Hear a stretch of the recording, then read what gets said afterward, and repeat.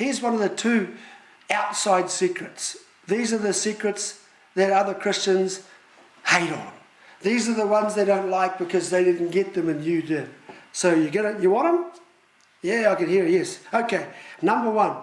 David personalized everything about himself and God. Do you get it? David personalized everything about himself and God. Here's what I mean. Psalm 118. This is one of my favorite scriptures when I was a young man. And I just found it one day and I thought, jeepers, this is not what I'm taught. But listen to this. In Psalm 118, verse 5, right? I called on the Lord in my distress. The Lord answered me, and he set me in a broad place. That's amazing. So he's finding some sort of mental pressure coming here. What does he do? He calls on the Lord, and so that God brings him into a broad place. That means he brings him into a place of self-discovery.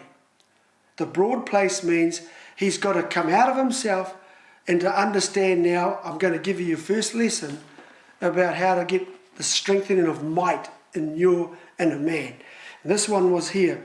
He said, the Lord is on my side. This was like psychotherapy. Psychotherapy, spiritual psychotherapy. This was mental health at its best.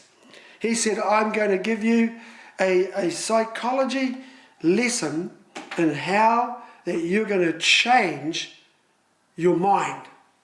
So he says this, the Lord is on my side. I will not fear.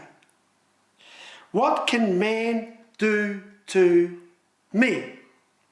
The Lord is for me among those who help me. Therefore I shall see my desire on those who hate me. Now, that's two little verses and it's filled up with me. Are you getting me? Do you get me? It's the Word of God. It's filled with me's. Now, how many of you Christians have been taught in your friends and churches, beware of the me. He's all about me. He's just for me. And it usually is right. There's a lot of people who are self-conceited. You'll often hear that people get upset with me and they call me arrogant.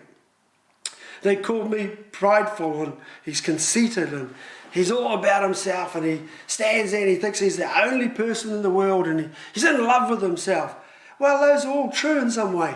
If I hate myself, what use is that? And I found that I've got to quickly come to terms with loving me and accepting me in the right manner. Otherwise, how the heck am I going to live with somebody that I can never separate from unless I die? So you might as well get to love yourself because you've got to live with you. Isn't that right? But look at this. What does David do?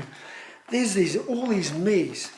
You'd actually think that this doesn't belong in the Bible, but it does. He has actually given him a whole mental transplant that religion has taught the opposite to. He says, maybe the I could be taken out, but not the me. He said, the Lord is on my side. I will not fear. So he's almost saying, God is on my side like before you. Can I say some things here? Because it changes your psychology about you. You know, because one of the things I found with a lot of people, most people think too little of themselves.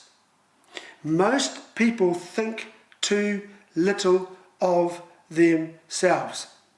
That's not humility, by the way. That's a low self-esteem.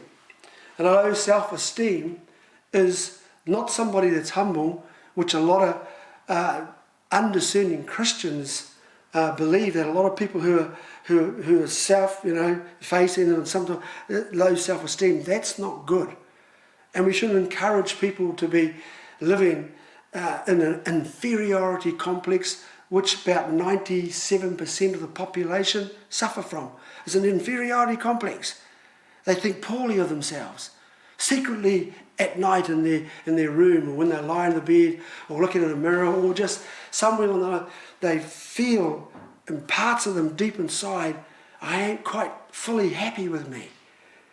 And that can in itself be connected to self-rejection in some way where there is a mental problem.